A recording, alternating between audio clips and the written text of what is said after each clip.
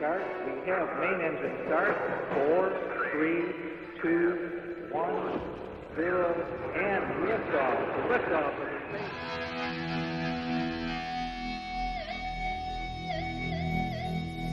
In our natural pursuit of knowledge, space has always mystified and beguiled us.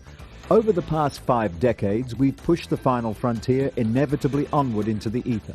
The cost has been colossal. Now every day, new data, new conclusions, and the thirst for deeper exploration propel us inexorably onward. The advantages of the discoveries made through space travel are myriad, but the fundamental curiosity as to what is out there will always fascinate and taunt us. Come with us now into the unknown and discover the disappearing frontier. In this edition of Disappearing Frontier, we're taking you on a shuttle mission to recover an astronaut from Mir and return to Earth. Outer space, both real and fictional, is investigated. And you'll take the fastest journey imaginable over California.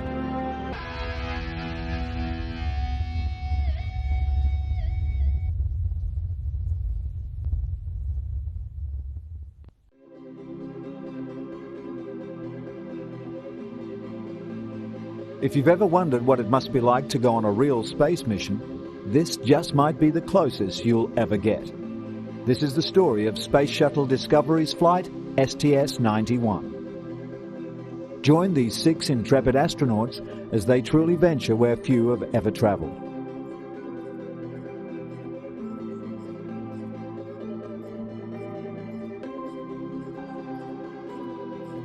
The first stage of any mission is the strap-in phase. Due to the sheer volume of systems that need to be checked, strap-in takes place some 3.5 hours before scheduled takeoff.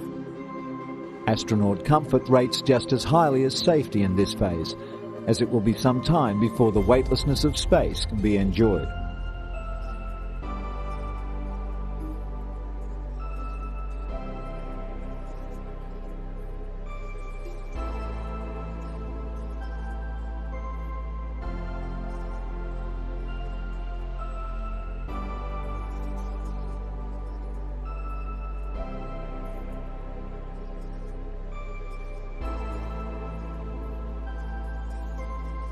Just before launch, the walkway is moved away. 6 seconds prior to SRV ignition, the main engines are lit. Once engines are checked as all go, massive solid fuel boosters are ignited and the shuttle takes off.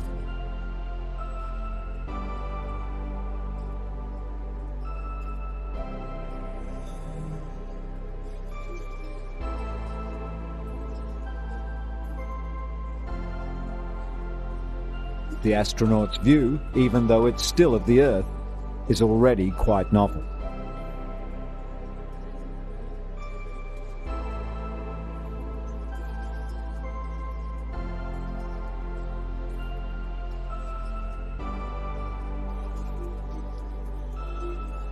In its battle to escape the Earth's gravitational pull, the shuttle and the astronauts inside experience over 3 million kilos of thrust under the drive of the booster rockets.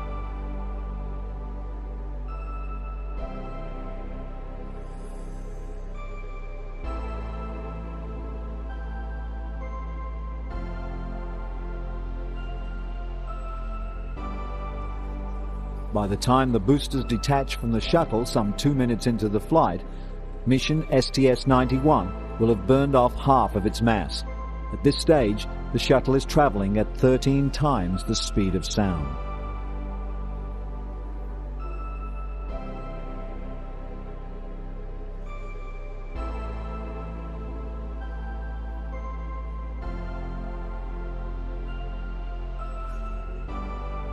Shortly after entering orbit, payload bay doors are opened as this is critical for cooling. A tremendous amount of heat was generated leaving the Earth's atmosphere. This needs to be dissipated as quickly as possible to minimize interference or even damage to scientific instruments being carried by the shuttle.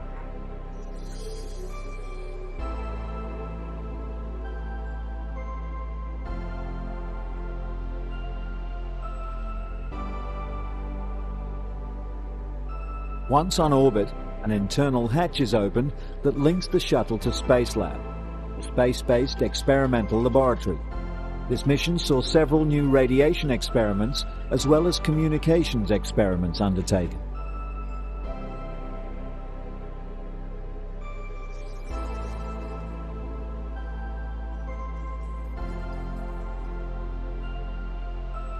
Part of the scientific payload was the alpha magnetic spectrometer, a high-energy particle physics experiment with a goal to detect antimatter in the deeper reaches of space.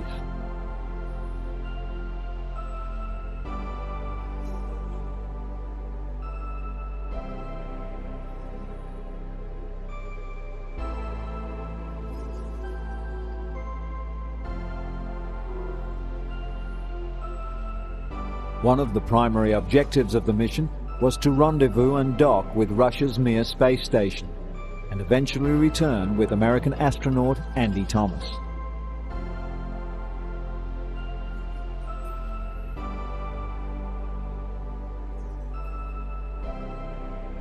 The ring, seen here to the left of center of screen, is Mir's docking portal.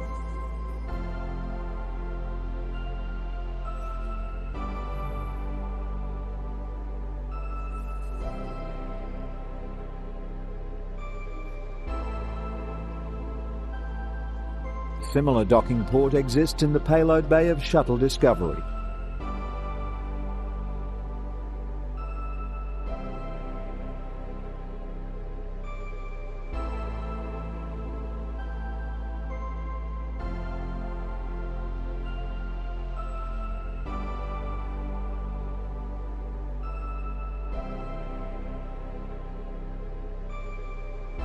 The careful docking procedure is followed by stringent pressure checks before communicating hatches are unlocked.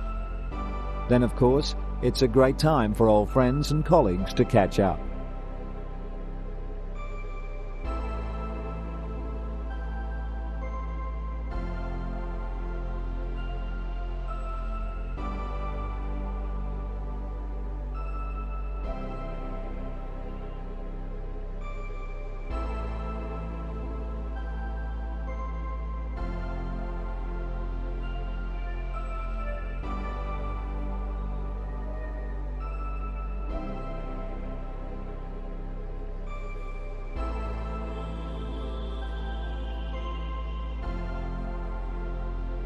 For the American astronauts, this mission was a rare opportunity to experience the technology and equipment of another country's space exploration efforts.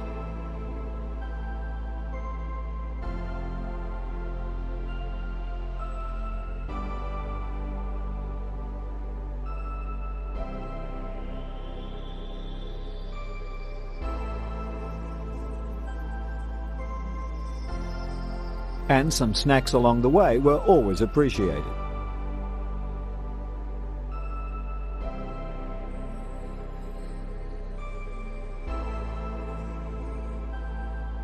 Though only brief, all the astronauts came together early on for a press conference with media organizations back on Earth.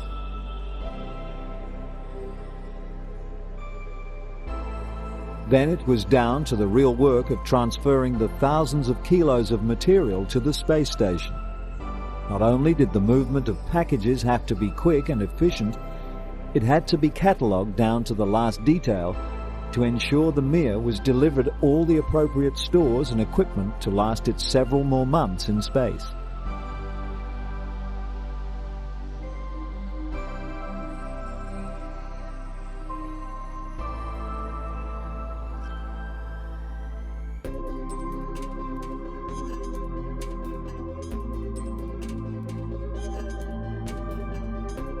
But like all missions that run to a tight schedule, Flight STS-91 came to an end all too soon for the astronauts. Gifts were exchanged, as were embraces. For the astronauts aboard Mir, it would be a very long time before any new faces would be seen again.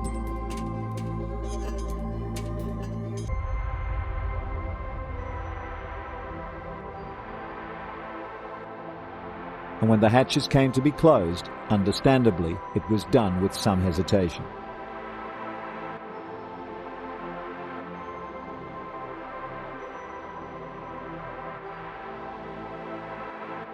Now, for the original crew of astronauts aboard Discovery's flight STS-91, together with their new passenger, it was a case of checking all systems were go before separating from Mir and finally returning home.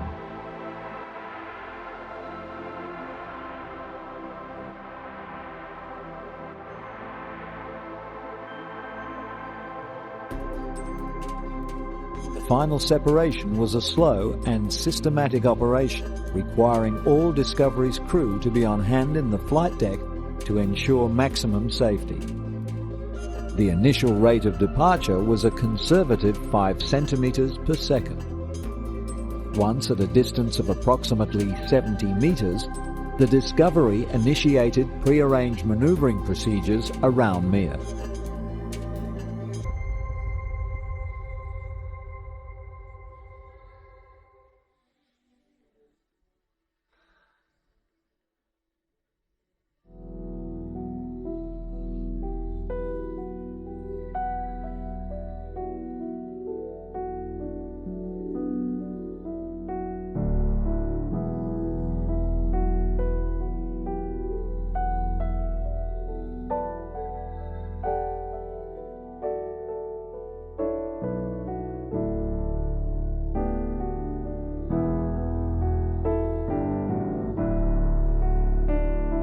The return journey also gave the astronauts a chance to test run the shuttle's new robotic arm. The improved arm construction was an initiative to help deal with the bulkier equipment expected on the International Space Station.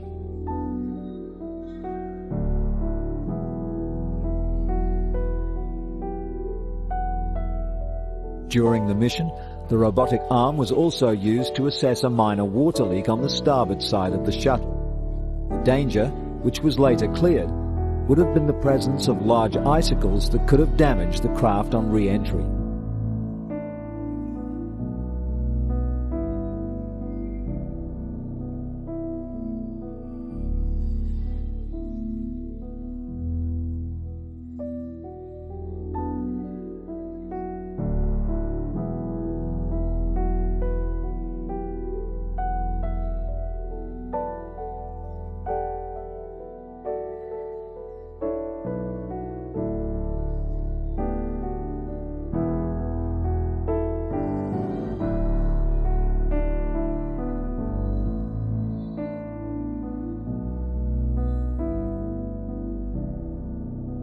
Sunrise and sunset is even more beautiful from space, and in orbit it takes place every 45 minutes.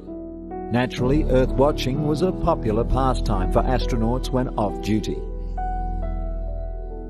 Favorite game was trying to locate one's home.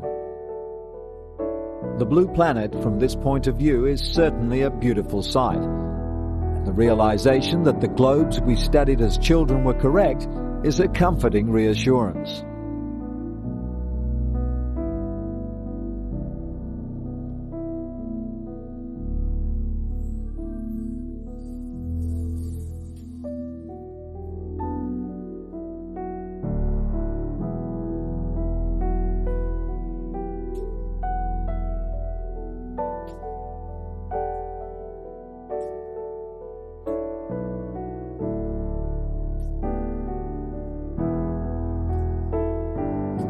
Of course, life on board was somewhat of a social event. Meals were prepared in the galley and shared around. Pass the sugar, please. Exercise was important to maintain some level of fitness in the microgravity of space. And even experiments in fluid dynamics could be fun in space. What was that we learned about surface tension?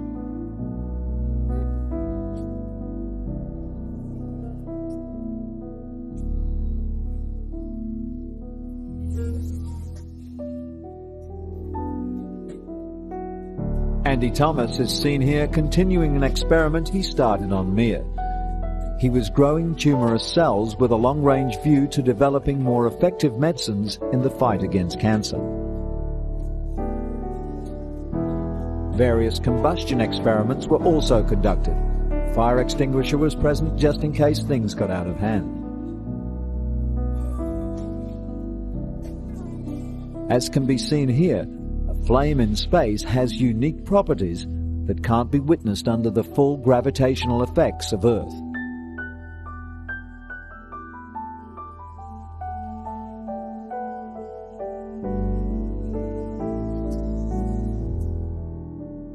On the day before re-entry, all systems were checked over thoroughly once again. Of course, these people are astronauts, and the exhaustive training prior to their mission comes into practice both in the lab and the flight deck.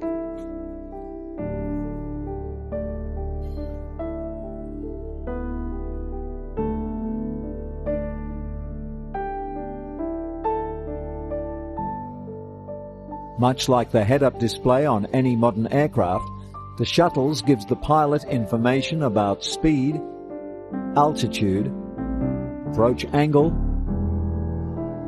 and runway information.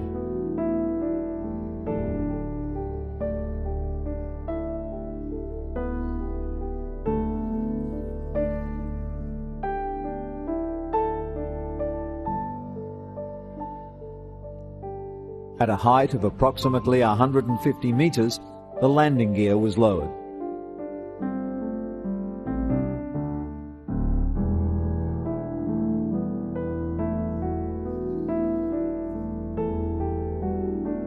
Touchdown occurred at a speed of some 200 knots.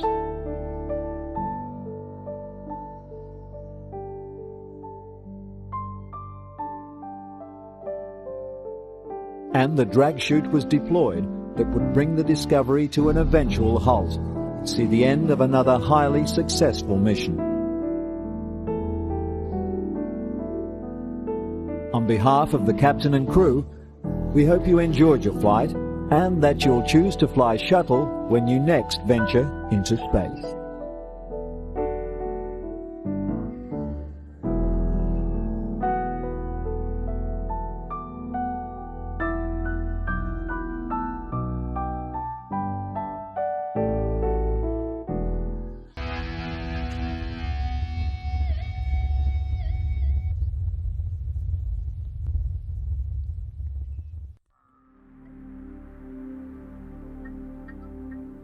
Year after year, as man's collective knowledge grows, his capacity to reach further into the universe, his ability to understand and control the forces of nature, and his know-how in devising the tools to make his life comfortable have only increased.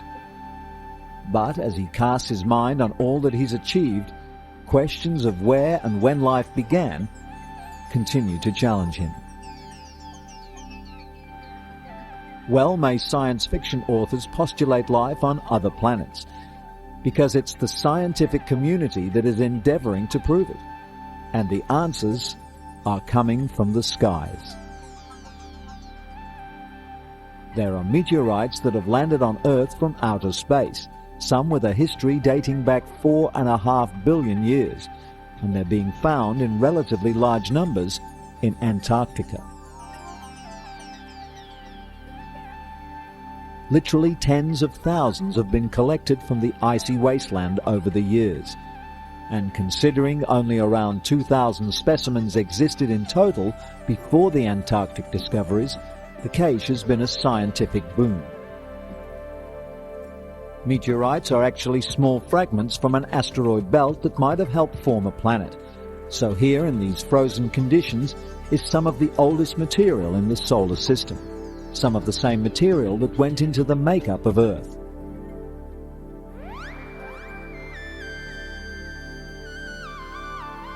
By studying meteorites, scientists hope to find the answers to two very fundamental questions.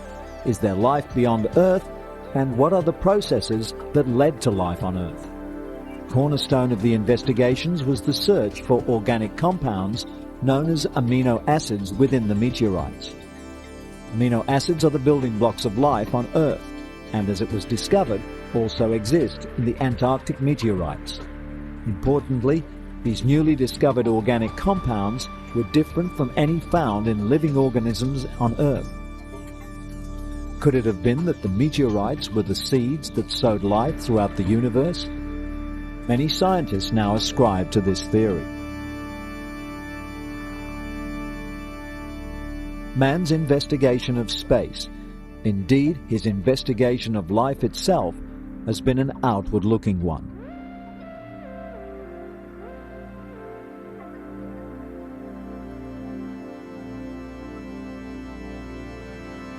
But with the gathering of meteorites from across the face of our planet, scientists have been able to unlock the door to a myriad of secrets our universe has kept hidden for millions of years. Could it be that one day we'll discover exactly how life came to be? In hope, our answer must be yes, but until then, we can only look to the stars and wait.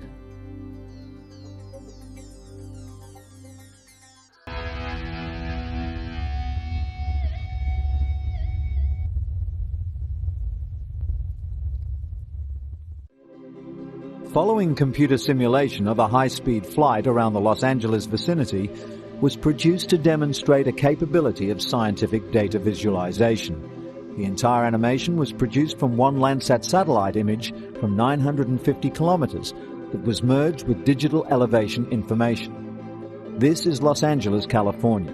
We're traveling toward the Pacific Ocean at about 300,000 kilometers per hour, and will drop down behind Santa Catalina Island about 40 kilometers off the coast of Los Angeles. We're flying through the isthmus of the island and then cross to the coast north of the Santa Monica Mountains.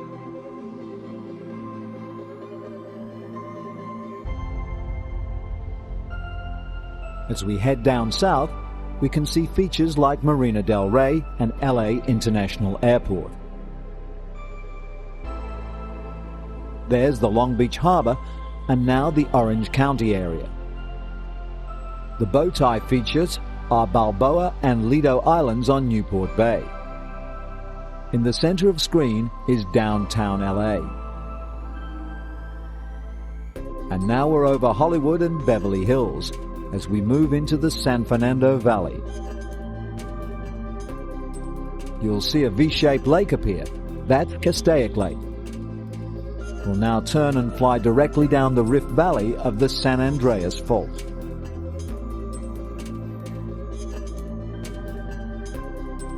We're crossing the East Fork of the San Gabriel Mountains, and we'll turn around and face those same mountains when we lose elevation into the Pomona Valley area.